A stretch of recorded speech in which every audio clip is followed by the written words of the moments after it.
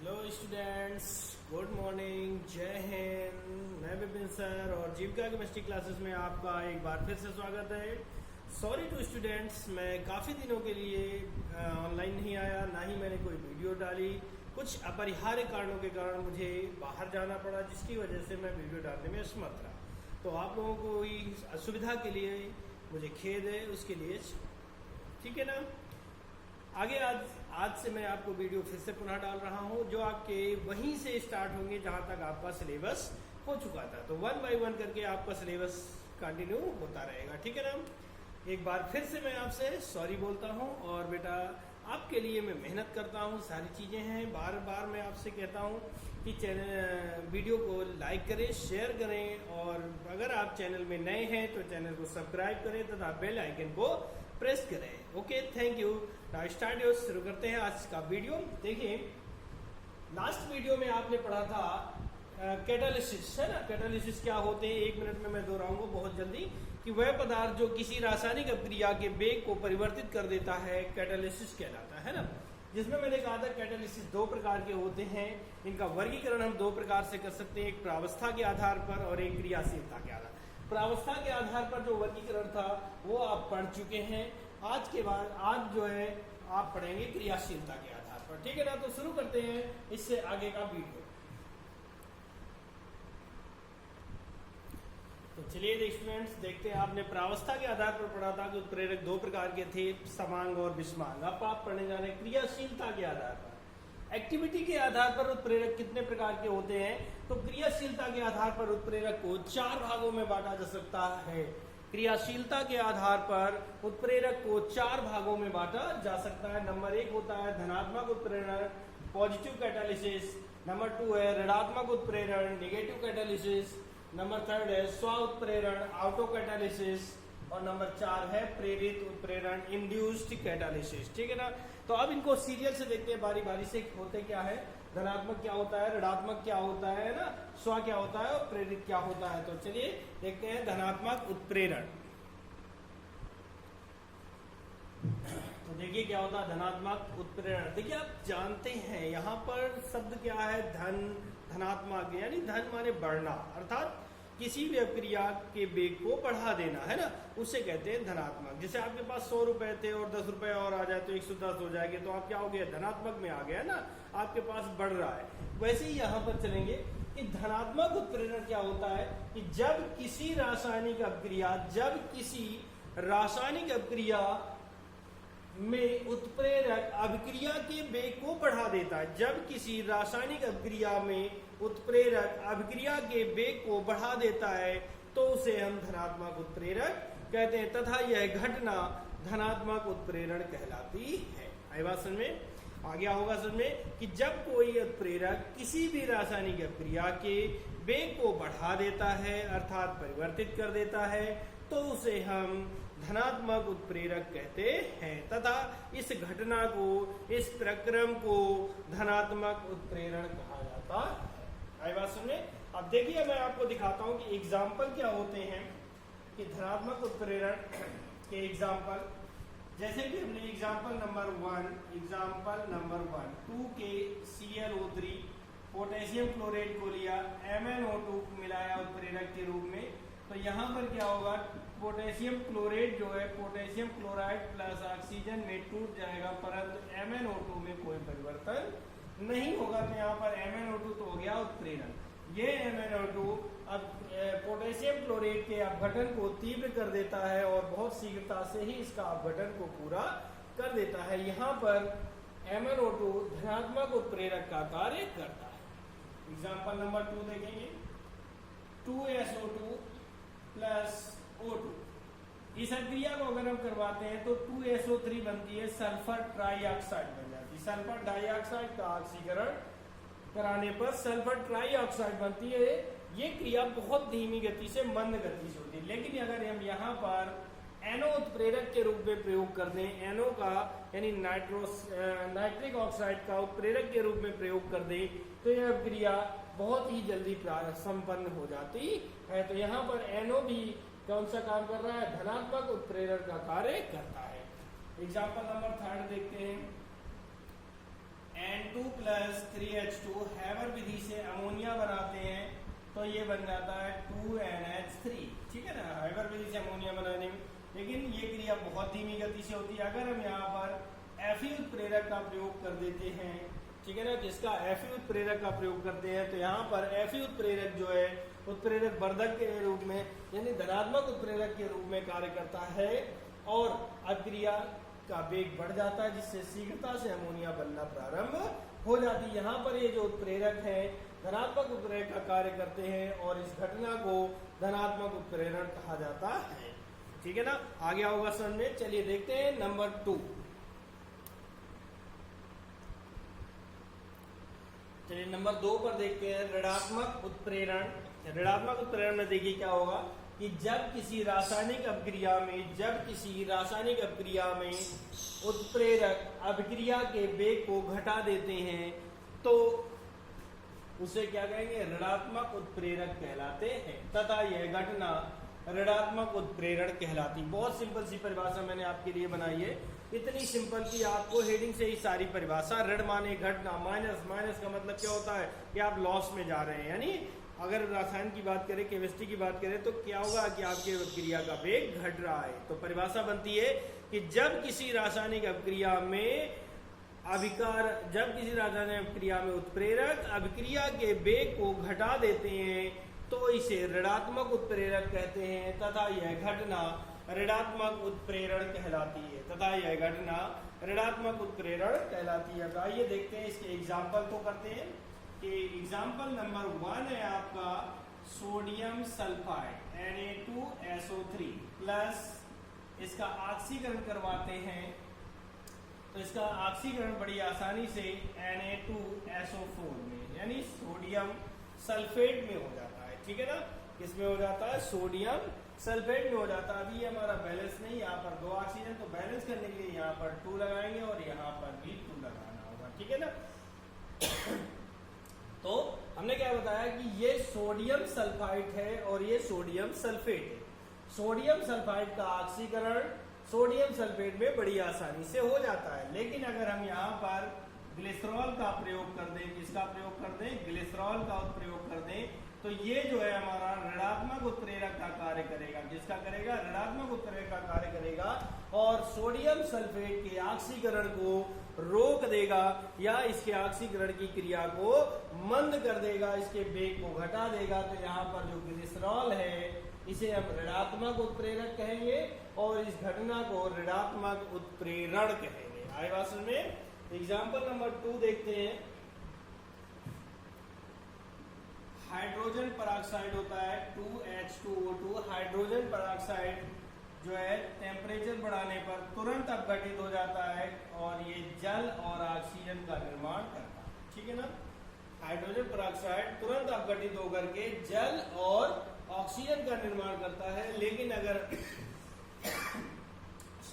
हम यहाँ पर ऑर्थोफॉस्फोरिक अम्ल H3PO4 का प्रयोग कर दें, यानी हाइड्रोजन पेरोक्साइड में ऑर्थोफॉस्फोरिक अम्ल मिला देते हैं तो इसका अपघटन रुक जाता है और ये ऑक्सीजन और जल में टूटती नहीं है। तो क्या हुआ, ये क्यों नहीं टूटती, क्योंकि यहाँ पर फास्फोरिक अम्ल जो है वो ऋणात्मक उत्प्रेरक का कार्य करता है और इसके अपघटन के वेग को कम कर देता है। एग्जाम्पल नंबर 3 देखिएगा।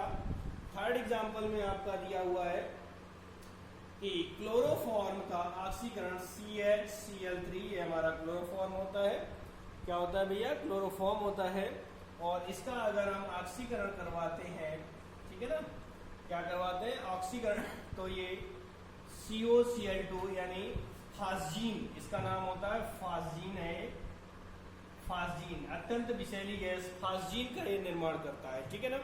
क्या बनाता है, फास्जीन बनाता है और फास्जीन बनाने पर ये बहुत ही खतरनाक गैस होती है।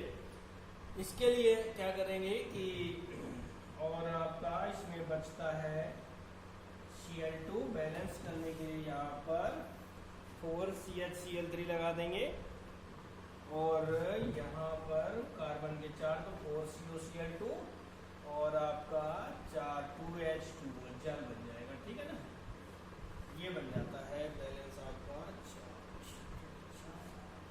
और ये हो जाएगा 3। ये आपका समीकरण इक्वेशन पूरा हो जाता है, ठीक है।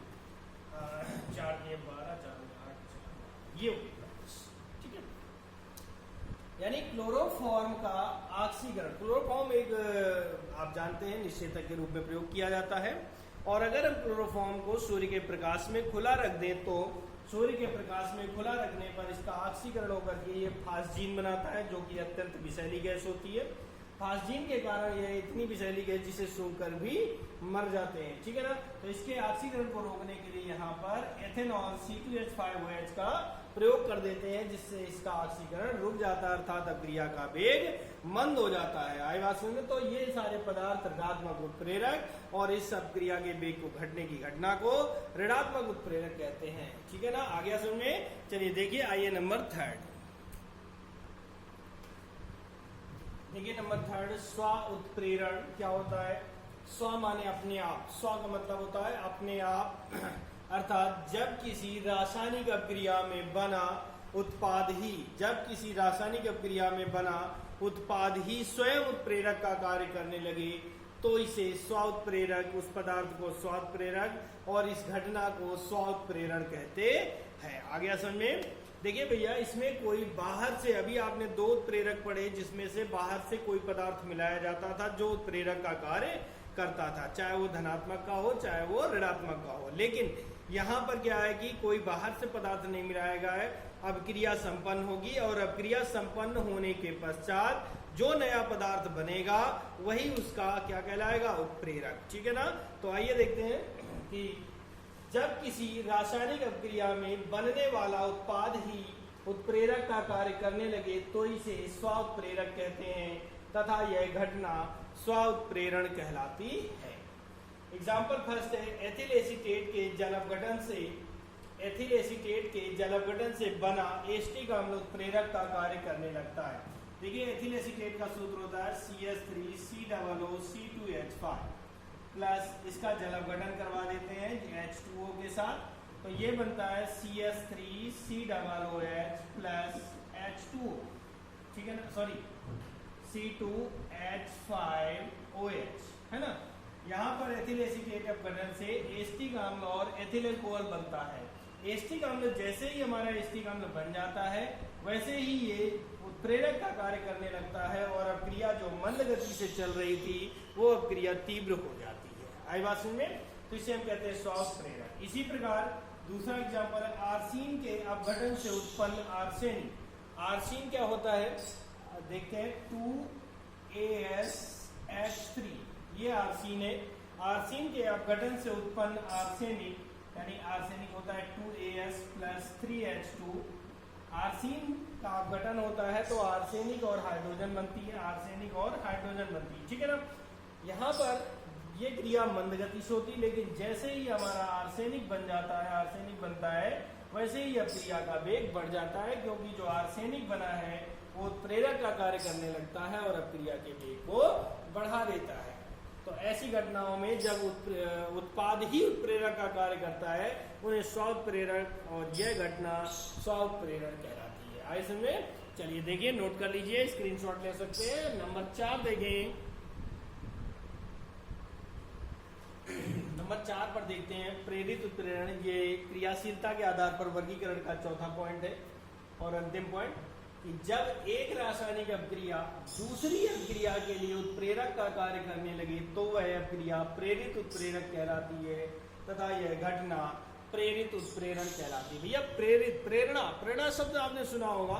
प्रेरणा का मतलब होता है कि कोई व्यक्ति अच्छा काम कर जाता है, सक्सेस हो जाता है, तो हम लोग भी चाहते हैं कि हम ऐसी ही पढ़ाई करें, ऐसे ही मेहनत करें जिससे कि हम भी सक्सेस हो जाए, हमें भी जॉब मिल जाए। लेकिन भैया हम लोग सोचते हैं ना, करते नहीं है।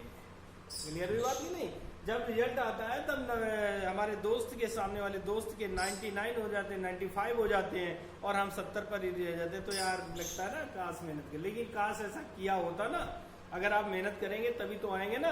तो चलिए भाई, मेहनत करना है, आपको तैयारी करनी है, तो यहाँ पर उसको देख के प्रेरणा मिलती है। तो यहाँ पर क्या रहेगी, जब एक, लौट आइए अपने टॉपिक पे, जब एक रासायनिक अपक्रिया किसी दूसरी अपक्रिया के लिए उत्प्रेरक का कार्य करने लगे तो वह अभिक्रिया प्रेरित उत्प्रेरक कहलाती है तथा यह घटना प्रेरित उत्प्रेरण कहलाती है। जब एक रासायनिक अभिक्रिया दूसरी अभिक्रिया के लिए उत्प्रेरक का कार्य करने लगे तो वह अभिक्रिया प्रेरित उत्प्रेरक तथा यह घटना प्रेरित उत्प्रेरण कहलाती है। आई बात में देखिए एग्जाम्पल के तौर पर देखते हैं क्या लेते हैं एग्जाम्पल में कि सोडियम सल्फाइड Na2SO3 का ऑक्सीकरण, ठीक है ना, बड़ी आसानी से सोडियम सल्फेट में हो जाता है, 2Na2SO4 बन जाता है ना।